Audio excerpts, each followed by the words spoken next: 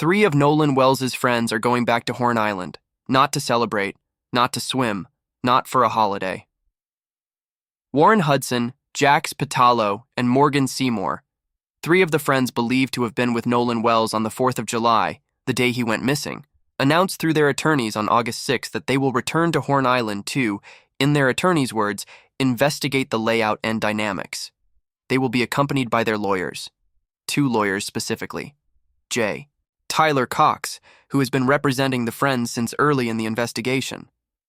And Edward Andrew Paltzik, a defamation attorney who has represented President Donald Trump in high-profile media battles and who was recently brought onto the legal team as the friends push back against allegations surrounding Nolan's death.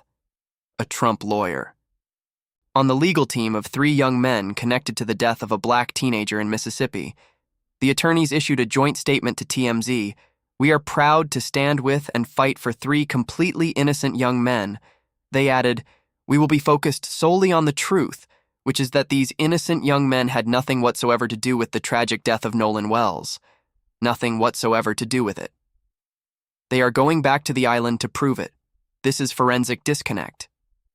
And today, we are covering every new development in the Nolan Wells investigation. The three friends returning to Horn Island with a Trump lawyer in tow. The specific new details about where Nolan's phone was actually found. The critical contradiction between what Katie McCormick told investigators and what Warren Hudson told a podcast. The "give me my freaking phone" video and what was actually discovered about whose voice it was. The United Cajun Navy's 22-page report, and what all of it together tells us about where this investigation stands more than a month after Nolan Wells' body was found in the water. Before we go further, subscribe and hit that notification bell. Here at Forensic Disconnect, we unlock the cases that deserve to be remembered. Subscribe. Let's start with the three friends and what their decision to return to Horn Island actually means, because this is not a simple gesture of cooperation or transparency. It is a specific legal strategy by people who have retained a defamation attorney and are reviewing media coverage for allegedly defamatory statements. Warren Hudson, Jax Pitalo, and Morgan Seymour have been at the center of public speculation about Nolan's death since the days immediately following July 4th. All three switched their social media accounts to private in the early days after Nolan's death. Atlanta Black Star confirmed the account changes, along with accounts belonging to Eric Alcantara and Wyatt Pyron. The social media retreat was itself a development that generated significant attention and speculation. Hudson gave the podcast interview in which he said Nolan chose to stay. That interview became the primary public account of what happened in the moments before the boat left. Paltzik, the defamation attorney, is now on the legal team. The legal team is reviewing media coverage for defamatory statements, and the three friends are returning to the island, not to cooperate with the official investigation, not at the request of law enforcement, but as part of their own legal strategy. The specific purpose their attorney stated, to inspect the layout and dynamics. Paltzik needs to lay eyes on the island himself. The attorneys stressed the friends will not be gathering evidence during the visit, not gathering evidence, understanding the layout and dynamics. That framing, legal review of the scene, not evidence gathering, is the specific framing of a defamation case preparation. You inspect the scene to understand what is physically possible at the location, what can and cannot be seen from specific vantage points, what the geography means for the specific claims being made about what happened there. You do this not for the criminal investigation, but for the civil litigation you are preparing to bring against the people who have made specific false claims about your clients. Paltzik has represented Donald Trump. He has worked in high-profile media defamation cases. His involvement in this case tells you something specific about how the friends and their legal team are framing their response to the public accusations. They are not just defending against criminal suspicion. They are building a case for civil accountability against the people who have made specific false claims. Now let's go to the phone. Because the specific new detail about where Nolan's phone was found, the detail that emerged from the Ella Mag investigation and from Crump's own statements, is more specific and more disturbing than the general claim that the phone was on the boat. The phone was not simply found on the boat. According to Crump and reporting by Ella Mag, the phone was found in the possession of one of the friends who had been on the island. Not on the deck of the boat, not in a bag on the boat. in the possession of one of the friends. Nolan's mother, Christine Wansley, said she located the phone using the Life 360 app after the group returned to shore. The app showed the phone's location, with the group who had come back to the mainland, not with Nolan's body on the island, not in the water where he was found. A friend had Nolan's phone. That is a different statement from the phone was on the boat. A phone left accidentally on a boat during a sinking emergency is one thing.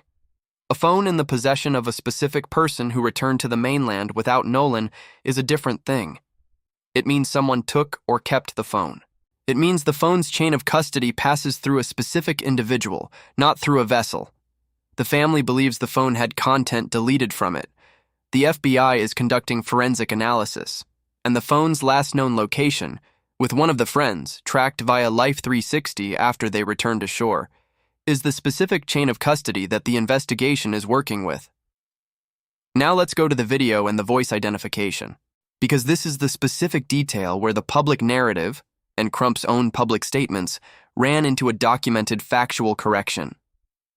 At the July 10th press conference, Crump cited a video circulating on social media in which a male voice can be heard saying, "Give me my freaking phone, what are you freaking doing?" Crump said Nolan's legal team believes that voice was Wells. Multiple people had identified it as his voice, Crump said. On July 13th, 3 days later, a friend named Tracestin Shepard came forward to ABC News and said it was actually him in the video. He was the one yelling, not Nolan. The video that Crump had cited as possibly capturing Nolan demanding his phone back was a video of a different person entirely. Crump had said at the press conference, when asked how they knew it was Nolan's voice, that multiple people had identified it as his. Those identifications were wrong. Shepard came forward and corrected the record. This detail matters for a specific reason. The "give me my freaking phone" narrative, the idea that Nolan was heard on video demanding his phone back before the boat left, was one of the most compelling details in the public case for something suspicious having happened. If Nolan was caught on video asking for his phone, it would suggest someone had taken it. If the voice in that video was not Nolan but Shepard, the video does not show what Crump suggested it might show. What it does show is a different person, in a different argument, on the same island, on the same day. That person, Shepard, has identified himself. The video is not evidence of what Crump suggested, but it does show the specific chaotic social environment on Horn Island on July 4th. Multiple arguments, multiple groups, multiple people in heated exchanges on an uninhabited island. Now let's go to the critical contradiction between Warren Hudson's account and what Katie McCormick reportedly told investigators, because this contradiction is the specific evidentiary inconsistency that sits at the center of every open question in this case. Hudson said on the podcast, Nolan decided to stay on the island with the girl that he was with. He said Nolan was asked to board and chose not to. According to Crump, the young woman, Katie McCormick, later said to investigators that Nolan returned to the boat, not that he chose to stay, that he went back. Two accounts. One says Nolan chose to stay on the island. The other says Nolan went back to the boat. If Nolan went back to the boat, he was on the boat at some point before it departed. His phone, which was later found in the possession of one of the friends, would have been with him on the boat. And whatever happened between Nolan being on the boat and Nolan's body being found in the water is the specific sequence the investigation needs to reconstruct. If Nolan chose to stay, the phone being with a friend is harder to explain. You do not voluntarily stay on an island and leave your phone with someone else. The grand jury will hear both accounts under oath. The grand jury will have whatever Katie McCormick said in her official statement to investigators, not the filtered version that has reached the public through attorneys and press conferences, but the specific sworn account of what she says happened in those final minutes before the boat left. Now let's go to the United Cajun Navy report. Because on August 6th, the UCN released a 22-page document containing all the information it compiled about the case, including photos and screenshots of videos from Horn Island on July 4th, annotations, GPS coordinates, and social media statements sent to the organization by followers. The UCN is a volunteer search and rescue organization that has operated in high-profile cases across the South. They wanted to help with the Nolan Wells investigation in the early days after his body was found, Jackson County declined their assistance. They compiled their information anyway, 22 pages of it, and released it publicly. The UCN specifically noted that they compiled similar information for the Nancy Guthrie case, but never produced a report because they were turned down by the Pima County Sheriff's Office. The 22-page report is in the public domain. It contains photos and videos from Horn Island on July 4th that have not previously been publicly available.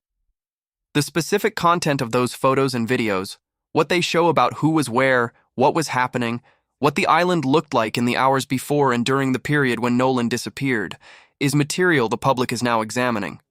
The UCN report does not make accusations, it presents information. But the specific information it contains, GPS coordinates, video screenshots, annotated images from the island, is the kind of ground-level documentation that fills in the picture around the official GPS data and the witness accounts. Now let's also address the new video of the boat identified as Mac Daddy. Because on August 3rd, a newly surfaced video from Horn Island showed a boat bearing the name Mac Daddy, captured at 11:17 a.m. on July 4th, before the island became crowded. The footage appears to show the same vessel featured in previously released TMZ footage recorded at 2:23 p.m. The same boat, 5 hours earlier. Before the holiday crowd arrived, the 11:17 a.m. footage is potentially significant because it shows the boat in the early hours of the day, before the events that led to Nolan's death. What the footage shows about who was on the boat, where it was positioned, and what was happening in those early hours is the kind of contextual detail that the investigation has in full and the public has only partially. The Mac Daddy boat name is now part of the public record. The vessel has been identified. The GPS data the MDMR collected tracks the boat's movements throughout July 4th. The specific owner, Jax Pitalo, one of the three friends now returning to the island with their attorneys, signed permission for MDMR to search the boat. The investigator gathered the GPS data, the boat, the GPS, the owner, the friends, the attorneys, the island visit, all of it connected. Now let's also address what the specific composition of the legal team tells us about how the friends view their situation. J. Tyler Cox has been the primary defense attorney since early in the investigation. He has spoken publicly and maintained that the friends are cooperating fully and had nothing to do with Nolan's death. Edward Andrew Paltzik is different. Paltzik is a defamation attorney. He worked on Trump's defamation cases against media organizations. He brings a specific skill set, the identification and litigation of false factual claims made about specific individuals. That is not the skill set of a criminal defense attorney. His presence on the team signals that the friends and their legal representation have decided to go on offense against the specific people and organizations that have made specific false claims about Hudson, Pitalo, and Seymour. The death threats, the doxing, the social media accusations, the influencers with hundreds of thousands of followers making specific claims. Paltzik's job is to identify which of those claims are false, which are defamatory, and which are worth litigating. The team is already reviewing media coverage. The visit to the island is part of building the factual record for that litigation. This is the specific legal landscape that is developed around the Nolan Wells case. On one side, Ben Crump, building an independent investigation, pressing for the throat tissue, attending the NLAACP convention, demanding the grand jury include Mitchell. On the other side, Cox and Paltzik, representing the friends, returning to the island, reviewing media coverage, preparing defamation claims. Two legal tracks, running simultaneously, both building records, both heading toward proceedings, one potentially criminal, one potentially civil, where the accounts that have been given publicly will be tested against the specific legal standard of what can be proven. The grand jury is waiting. Nolan Wells made salmon for his family on July 3rd. He got on a boat on July 4th. His phone ended up with one of his friends after he was found dead. 3 of those friends are going back to the island with a Trump lawyer. The state's autopsy is sealed. The toxicology is pending. The phone forensics are ongoing. Let's go deeper into the specific significance of Paltzik's involvement, because a defamation attorney who has represented Donald Trump entering this case is not a routine legal development. It is the specific signal that the Friends' legal strategy has shifted from purely defensive to actively offensive. Cox has been managing the criminal defense dimension, cooperating with investigators, maintaining that the friends had nothing to do with Nolan's death, keeping them out of legal jeopardy in the criminal proceeding. That is the standard posture of defense attorneys in cases where their clients are not charged, but are in the sphere of investigation. Paltzik operates differently. Defamation litigation requires identifying specific false statements of fact, specific publications or speakers who made those statements, and specific damages caused by those false statements. The preparation for defamation litigation involves documenting what was said, by whom, to whom, and what the effect was. It involves building a factual record. The Friends' legal team is doing exactly that. They are reviewing mainstream and social media coverage. They are documenting the specific claims that have been made about Hudson, Pitalo, and Seymour. They are preparing to identify which of those claims cross the legal threshold for defamation. The visit to Horn Island is part of that preparation. A defamation attorney defending against claims about what happened on a specific island needs to understand what is physically possible on that island, what can be seen from where, what the distances are, what the terrain looks like, whether the specific claims being made about what the friends did or did not do are consistent with the physical reality of the location. Paltzik needs to lay eyes on the island himself. That is what his attorneys said. He is conducting his own factual investigation, not into Nolan's death, but into what was physically possible at the scene, which informs whether the specific claims being made about his clients are plausible. This is sophisticated legal strategy, not the strategy of people who have something to hide. The strategy of people who are being publicly accused of specific things they did not do and who are building the legal record to hold those accusers accountable. Whether that strategy ultimately produces defamation litigation, whether specific influencers or media organizations end up facing legal action, depends on what the legal team finds in their review of the coverage and what happens in the criminal investigation. If the grand jury no bills and no charges are brought, the defamation track becomes more viable. If the grand jury indicts someone, the legal landscape shifts. Now let's also address the specific significance of the phrase layout and dynamics in the attorney's statement. Because that specific phrase, not evidence gathering, not investigation, just layout and dynamics, is doing specific legal work. Evidence gathering at a scene requires specific permissions and protocols when done in connection with a criminal investigation. Observing the layout and dynamics of a public island that anyone can visit requires no special permission and no coordination with law enforcement. Horn Island is a federal nature preserve that the public can access by boat. There is no legal barrier to the friends and their attorneys visiting the island. But the specific phrase layout and dynamics suggests they are looking at something specific about the physical environment, the sight lines, the distances, the specific geography of the western tip where the boat was anchored during the emergency, the relationship between that location and the northwestern tip where Nolan's body was found, the specific terrain that a person would have to traverse between those two locations. Those are exactly the physical details that matter for understanding whether the specific accounts that have been given. Nolan chose to stay, Nolan went back to the boat, the phone was with a friend, are consistent with what is physically possible at the location. The friends are going to the island to understand the physical context of the claims being made about them. Their attorney needs to see it in person. Now let's also address something that has been mentioned in passing, but deserves specific attention: the social media situation and what the account deletions and privatizations tell us. In the days after Nolan's body was found, multiple people connected to the case made their social media accounts private. Atlanta Black Star confirmed Eli Jax Pitalo, Eric Alcantara, Wyatt Pyron, Warren Hudson, and Morgan Seymour. Hudson's mother, Ashlee Cole, also deactivated her accounts and then posted publicly from a new account to defend her son. Cole wrote, "Nolan made a decision to stay on the island and return inland later with another group of friends." She added that her son last saw Wells around 3 p.m. Saturday. She addressed the account deletions directly. "Given the very heightened emotional state of social media right now, I fear for the safety of my child and my children." And then she added something specific about herself. "Yes, I am a judge. Cole is a judge. Her son is at the center of a nationally visible death investigation. She deactivated her accounts because she feared for the safety of her family, and then she posted publicly to defend her son's account of events.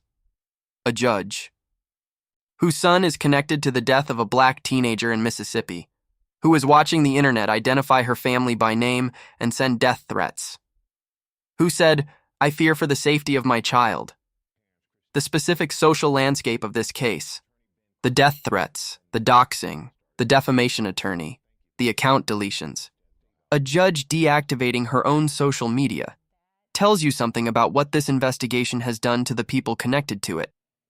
The grand jury operates in a completely different environment from all of this. The grand jury is a sealed proceeding. No social media, no public accusations, no death threats. 60 witnesses under oath in a room, answering specific questions from a prosecutor with subpoena power. Whatever the social media environment has produced, the fear, the legal strategy, the island visit with a defamation attorney, the grand jury is the specific mechanism that cuts through it. Under oath, the specific accounts that have been given publicly will be given under penalty of perjury. The inconsistencies between Hudson's account and McCormick's account will be addressed in sworn testimony. The truth that the social media environment has obscured will emerge in the grand jury room. Now let's bring all the new information together and think about what it means for where this investigation stands on August 7th, more than a month after Nolan Wells' body was found. The three friends are returning to the island with attorneys. One of those attorneys is a Trump defamation lawyer. They are reviewing media coverage. They have nothing to do with Nolan's death, their attorneys say. The phone was found in the possession of one of the friends, not just on the boat. Christine Wansley tracked it via Life 360. The "Give me my freaking phone" video was not Nolan. It was Tracestin Shepard, who identified himself. Katie McCormick told investigators Nolan went back to the boat, contradicting Hudson's account that Nolan chose to stay. The United Cajun Navy released a 22-page report with photos and videos from July 4th. A new video shows the Mac Daddy boat at 11:17 a.m., hours before the emergency. The state autopsy is complete and sealed. The toxicology is pending. The phone forensics are ongoing. The grand jury is waiting. All of that exists simultaneously. The friends are building a legal record for defamation litigation. The family's investigation is pressing for the throat tissue and demanding Mitchell be included in the grand jury. The official investigation is sealed and building toward a grand jury that has no announced timeline. 3 parallel processes, all moving. None of them yet producing the specific answer to what happened to Nolan Wells on Horn Island on July 4th, 2026. Let's also go deeper into what the specific contradiction between Hudson's account and McCormick's account means for the grand jury. Because this is the specific evidentiary conflict that the grand jury's subpoena power is designed to resolve. Hudson said on the podcast, Nolan decided to stay on the island with the girl that he was with. He characterized it as a conscious choice made by Nolan after being asked to board. McCormick told investigators, according to Crump, Nolan went back to the boat. If McCormick's account is accurate, if Nolan actually returned to the boat at some point before the departure, then Hudson's account is either a misunderstanding of what happened in the chaos of the emergency, or it is a deliberate misrepresentation. If Hudson's account is accurate, if Nolan genuinely chose to stay on the island, then McCormick's account is either a misunderstanding or she was not aware of what Nolan communicated to other people about his intentions. The specific physical question is, can both accounts be simultaneously true? Could Nolan have gone back to the boat and still ended up not on it when it departed? The answer is yes. If Nolan returned to the boat but then left again before the departure, if he was on the boat briefly during the emergency and then went back to the island.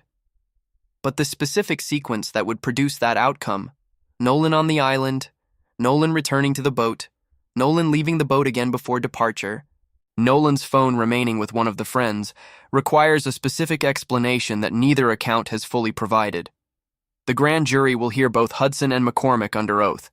Their accounts will be compared, the inconsistencies will be explored, and the specific answer to whether Nolan chose to stay, went back to the boat, or was on the boat when something happened, will be produced in that grand jury room. That answer is waiting. Now let's also think about what the UCN report means for the investigation going forward. The 22 pages contain information that the official investigation may or may not have: photos and videos sent in by followers, social media statements, GPS coordinates, annotated images. Some of this material was submitted by members of the public who were on Horn Island on July 4th and who shared what they had with the UCN. The official investigation has subpoena power. It has the ability to compel the production of evidence from individuals and organizations. But voluntary submissions, the kind of material that individuals sent to the UCN, may or may not have been submitted to the official investigation. The UCN report puts that material in the public record. The official investigation can now access it or can subpoena additional material from the sources UCN identified. The UCN's note that they compiled the same type of information for the Nancy Guthrie case and were turned down by the PCSD is itself significant. It suggests that the UCN's information in the Nancy Guthrie case, photos, videos, witness accounts submitted by followers, exists somewhere, but was never incorporated into the official investigation. In the Nolan Wells case, the Jackson County investigation did not turn the UCN away. The report is public. What the 22 pages contain specifically, which photos, which videos, which GPS coordinates, is material that the public is now examining. The investigation will incorporate whatever is relevant. The grand jury will receive whatever the investigation has collected. Now let's also address the racial dimension of the Friends' legal strategy in its specific context. Because the specific combination of a Trump lawyer, a return to the island, and a defamation litigation strategy in a case involving the death of a young black man in Mississippi is a specific combination that carries specific historical and social weight. The Friends are white. Nolan was black. The investigation has been framed publicly, by Crump, by the Wells family, by the national attention, as a case where race may have played a role in how the investigation was handled. The Friends retaining a defamation attorney who worked for Donald Trump is, in that specific racial and political context, a statement, not necessarily an intentional one, but a specific combination of facts that will be read in a specific way by the people following this case. The Friends' attorneys say they are fighting for 3 completely innocent young men. That may be entirely true. The official investigation has not named anyone as a suspect.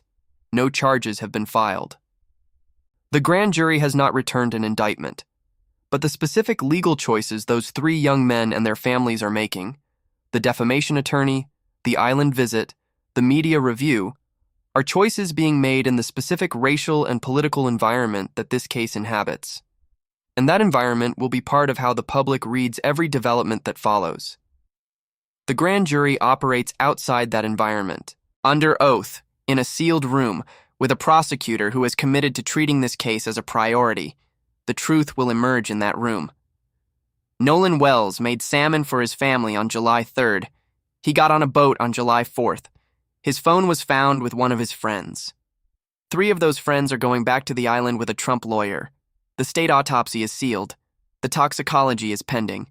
The phone forensics are ongoing. The grand jury is waiting. Let's also go to something that has been mentioned but not examined in detail: the specific significance of the coroner's confirmation about Nolan's clothing.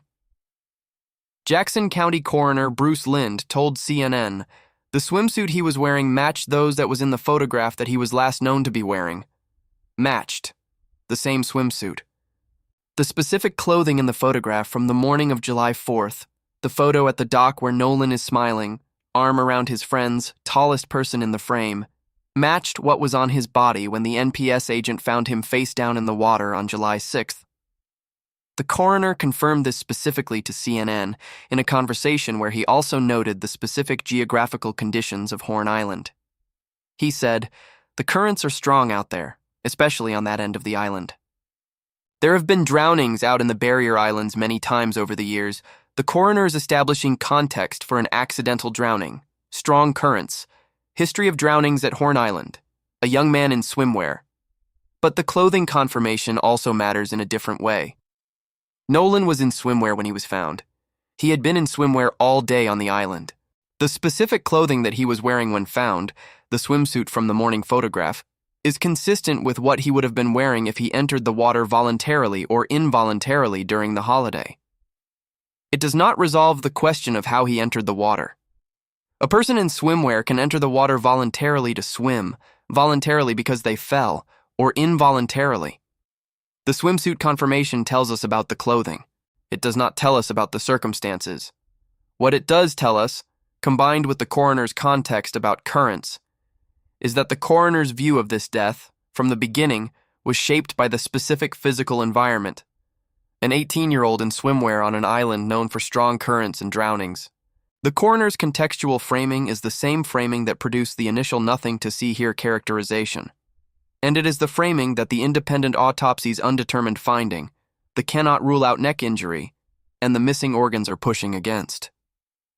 Now let's also address a detail from the Wikipedia article on the case, because the Wikipedia page on the death of Nolan Wells was updated as recently as yesterday, August 6th, and contains a specific summary of where the official investigation stands. As of August 2nd, 2026, authorities did not suspect foul play in Wells's death. Did not suspect foul play. Present tense, as of August 2nd. 5 weeks after the body was found, the official position remains: no foul play suspected. That official position exists alongside the independent autopsy's undetermined finding, the sealed state autopsy, the pending toxicology, the phone forensics, the 3 friends returning with a defamation attorney, the $175,000 reward, the UCN 22-page report, and the grand jury waiting for a complete investigation.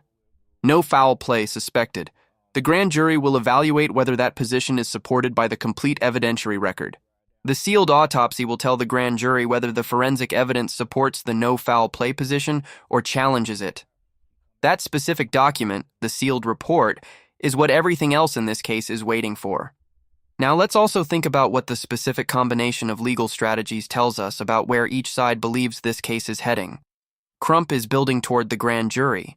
He wants Mitchell included. He wants the throat tissue. He wants the complete forensic record in front of 12 citizens with subpoena power. His strategy assumes the grand jury will produce something, either an indictment or a no bill that he can challenge civilly. Cox and Paltzik are building toward defamation litigation. They are reviewing media coverage. They are visiting the island.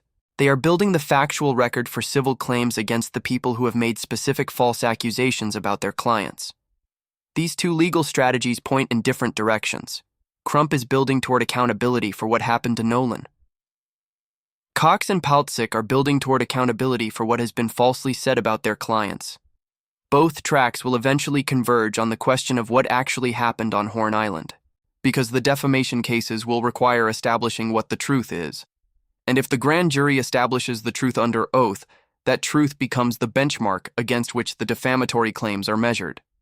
The grand jury is the center of gravity for all of it. The sealed autopsy is what the grand jury needs. The toxicology and phone forensics are what complete the package. Everything is building toward that room. Nolan Wells made salmon for his family on July 3rd. He got on a boat on July 4th.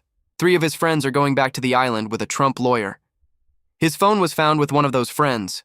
The grand jury is waiting. The answer is coming. Let's also address what the specific names now confirmed. Warren Hudson, Jax Pitalo, Morgan Seymour, Eric Alcantara, Wyatt Pyron. Tell us about the scope of the group that was on the boat and on the island.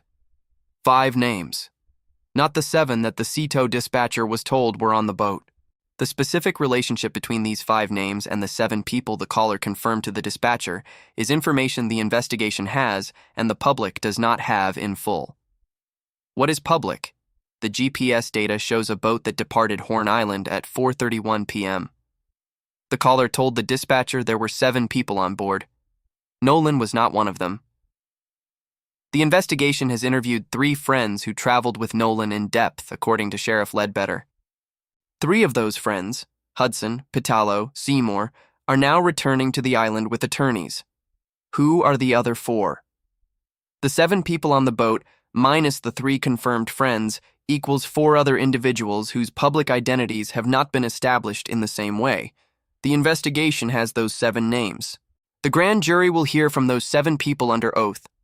The specific dynamic of the boat, who was where, who said what to whom in those final minutes before 4:31 p.m. is the dynamic that the grand jury's 60 witness interviews and subpoena power are designed to reconstruct. 3 of the 7 are going back to the island with a defamation attorney and saying they had nothing to do with Nolan's death. The other 4 are not making public statements. The grand jury will hear from all of them. Now let's also sit with the specific detail of Ashlee Cole being a judge. Because this detail, mentioned almost in passing in the Atlanta Black Star report, is the specific detail that adds a dimension to this case that has been largely absent from national coverage. Warren Hudson's mother is a judge in Mississippi. She deactivated her social media because she feared for her family's safety. She reappeared to defend her son publicly. She said, "Nolan made a decision to stay on the island. A judge. Whose son is at the center of this investigation? Who is watching the national conversation accuse her son of things he denies doing? Who is feeling the specific fear that comes from having her family's safety threatened? The specific social reality of this case, not just for the Wells family but for all the families connected to it, is the reality of people who are living inside a national story that they did not choose to be part of. Christine and Elmore Wansley are living inside a story about their son's unexplained death. Ashlee Cole is living inside a story about her son's involvement in that death. The families of Pitalo and Seymour are living inside the same story. None of them chose this. All of them are navigating it, through social media posts, through attorneys, through press conferences, through island visits with defamation lawyers, through deactivating accounts and fearing for their children.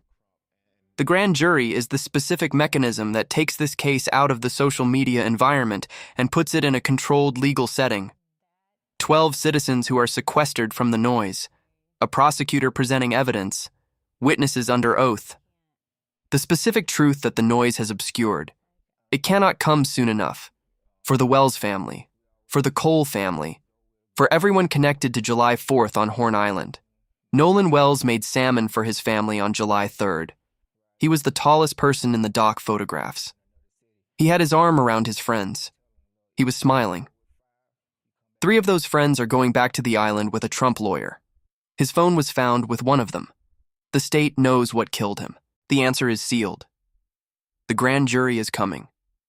Let's close with what this specific day, August 7th, more than a month after Nolan Wells' body was found, represents in the arc of this investigation. The investigation began with a body found face down in the water on July 6th. No foul play suspected, a possible accidental drowning. The initial characterization of officials who were looking at a young man found in Gulf Coast water on a holiday weekend. 32 days later, the picture looks completely different. The independent autopsy found undetermined cause of death with missing organs and a finding the pathologist cannot rule out. The state autopsy is complete and sealed. 3 friends are returning to the island with a defamation attorney. The phone was found with one of those friends, tracked via Life 360 by the dead teenager's mother. There is a critical contradiction between Hudson's account and McCormick's account of what Nolan did in those final minutes. The UCN released a 22-page report with previously unseen footage and photos from the island. A new video shows the boat at 11:17 a.m. A man was arrested for threatening a public official. $175,000 is waiting for the truth. The grand jury is building toward a convening date. This is not a case that is closing quietly. It is a case that is opening wider with every passing week. Every new development produces more questions, more documentation, more legal activity, more public attention. The only thing that will close it, the only mechanism that can produce the specific official answer to what happened to Nolan Wells on Horn Island on July 4th, 2026, is the grand jury, under oath, with the sealed autopsy. With the phone forensics, with 60 witnesses who have been interviewed and will be required to say, under penalty of perjury, what they know. 3 friends are going to the island this week. The grand jury is coming this fall. The sealed answer is ready. His parents are waiting. Nolan Xavier Wells, 18 years old. He made salmon for his family on July 3rd. He got on a boat on July 4th. The boat came home. He did not. The investigation will tell his parents why. The grand jury will tell Mississippi why. And the specific answer, whatever it is, will be the official record of what happened on Horn Island on Independence Day 2026. 3 friends are going back to the island. The answer is still waiting. The grand jury is coming. One final thought about what it means that Warren Hudson's mother is a judge and that she said, "Yes, I am a judge," in a public Facebook post defending her son. She said it deliberately. She said it as a statement of identity in a context where she was defending her family. She is a judge, a person whose professional life is devoted to the legal system, whose career is built on the specific premise that facts matter, that evidence matters, that the truth, whatever it is, should be established through a proper legal process rather than through social media accusations and death threats. And her son is at the center of a case where the social media process has been running for a month, producing death threats and doxing and defamation claims, while the legal process has been building quietly toward the specific mechanism that she, as a judge, knows is the right one. The grand jury, sealed proceedings, sworn testimony. The truth produced through the process she has spent her career administering. She said, "Given the very heightened emotional state of social media right now, I fear for the safety of my child and my children." A judge, afraid for her children. Because the internet decided to convict her son before the grand jury even convened. The grand jury will hear what her son says under oath. It will compare that account to what Katie McCormick says under oath. It will evaluate the phone forensics and the sealed autopsy and the 60 witnesses, and it will decide. Whatever it decides will be the legal answer, produced by the specific process that Ashlee Cole has devoted her career to. The answer is coming. The salmon dinner, the boat, the phone, the friends returning to the island, the Trump lawyer, the sealed autopsy, the grand jury. The answer is coming. And when it does, everyone connected to July 4th on Horn Island, the Wells family, the Cole family, all the families, will finally know what the legal process says happened to Nolan Xavier Wells. Let's also look at what the United Cajun Navy's specific decision to release this report and their note about being turned down by the PCSD and the Nancy Guthrie case tells us about the relationship between volunteer organizations and official investigations. The UCN is not law enforcement. They have no subpoena power. They have no authority to compel testimony or seize evidence. What they have is a network of thousands of followers who submit information, photos, videos, screenshots, GPS coordinates, in high-profile cases. That network produces the kind of distributed open-source intelligence that official investigations, with their specific protocols and limitations, cannot generate on the same scale. In the Nolan Wells case, the UCN compiled 22 pages of that distributed intelligence and released it publicly. The official investigation did not turn them away. The report is in the public record. The investigation can access whatever is useful in it, and the grand jury can receive whatever the investigation incorporates. In the Nancy Guthrie case, the UCN compiled the same kind of information and was turned away by the PCSD. That information exists. It has not been publicly released. It may contain photos, videos, or witness accounts that the official investigation has not incorporated because the organization that compiled it was rejected at the door. The contrast between the two cases is instructive. Jackson County accepted the public's distributed intelligence. Pima County did not. In Jackson County, the 22-page UCN report is now part of the public record. In Pima County, whatever the UCN compiled about Nancy Guthrie's disappearance sits in an organization's files, unreviewed by the official investigation. The investigation into Nolan Wells's death has been more open to outside information. The independent autopsy, the joint phone forensics, the UCN report, than the investigation into Nancy Guthrie's disappearance has been. Whether that openness produces accountability is what the grand jury will determine. Now let's think about what a typical viewer of the TMZ coverage of this case, someone who has watched their videos about the expert dropping a bombshell, the best friend's interview the arrest made, knows versus what this video can add. The TMZ coverage has been focused on the dramatic moments, the audio, the friend's interview, the arrest. It has not gone deep on the specific legal strategies, the specific significance of a defamation attorney, the specific significance of the phone being found with a friend rather than on the boat, the specific significance of Ashlee Cole being a judge, the specific significance of the UCN 22-page report, the specific significance of the contradiction between Hudson's account and McCormack's account. Those specific dimensions, the legal strategy, the forensic details, the human details behind the public figures, are what a thorough investigative narrative adds to the TMZ clips. The TMZ videos have millions of views because they are fast and dramatic. This video exists alongside them to provide the deeper picture, the context, the significance of what the dramatic moments actually mean for where this case is heading. 3 friends going back to the island with a Trump lawyer. That is a TMZ headline.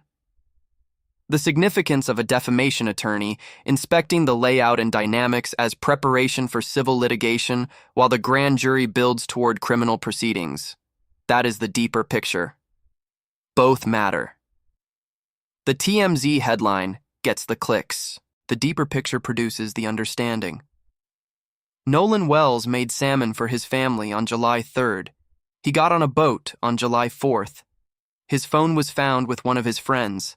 3 friends are going back to the island with a Trump lawyer. The sealed autopsy is ready. The grand jury is coming. His parents are waiting. The answer is sealed, but it is coming. And when the grand jury convenes, everything, the TMZ clips, the independent autopsy, the sealed state findings, the phone forensics, the 22-page UCN report, the 60 witnesses under oath, will go into that room, and the answer will come out. If you have any information about what happened to Nolan Wells on Horn Island on July 4th, 2026, contact the Jackson County Sheriff's Office or the FBI's Jackson Field Office. Hit the like button. Subscribe to Forensic Disconnect. Drop a comment. Does the Ashlee Cole detail, Warren Hudson's mom being a judge, change how you see this case? And what do you think the island visit will actually produce? We read every single comment. We will be back tomorrow.